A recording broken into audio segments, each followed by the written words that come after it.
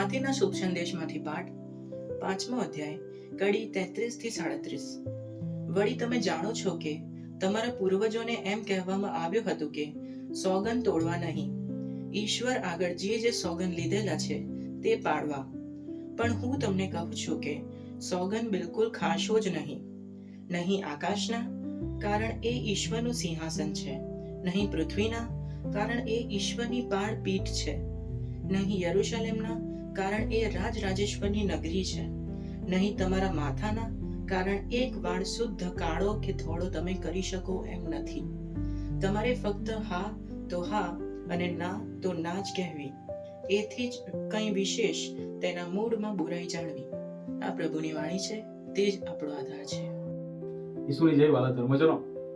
એક Chinese proverb કહે છે, do not have each foot in two different boats, અર્થાત તમારા બે પગ છે તો એ બે પગ એક જ બોટમાં હોવા જોઈએ। એક આમ ને એક આમ હોય તો શું થાય? આપણે પડી જઈએ।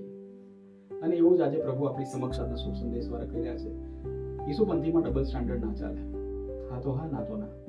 અને એટલા માટે આજે વાઉસ અને પ્રોમિસીસ એટલે વચન અને જે આપણે વ્રત લઈએ છીએ તેની ઉપર બોલે છે। ઘણી વાર આપણે બોલે છે બાય ગોડ, ત્યારે સોગંદ લેવા એની વાત કહેવામાં આવે છે, પણ અગત્યની વસ્તુ એ નથી, આપણે ડબલ સ્ટાન્ડર્ડ વાળા તો નથી ને। અહીંયા કહીએ છીએ પ્રભુ આંકલાઓ જઈને ક્રોસને ચુંબન કરીને કે પ્રભુ હું તારા રસ્તે ચાલીશ ને જ્યારે આવે ત્યારે ક્રોસ બહુ ભારે, પ્રભુ આ નહીં ફાવે, આટલું જ બસ।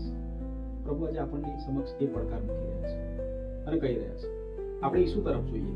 એ ઈસુ જે 33 વર્ષ જીવ્યા, 30 વર્ષ શાંત જીવન જીવ્યા, 3 વર્ષ મિનિસ્ટ્રી કરી અને 3 કલાક ક્રૂસ ઉપર તમારા અને મારા માટે ઈશ્વરની ઈચ્છાને હા પાડી હતી ને, તો હા મુજબ જીવ્યા।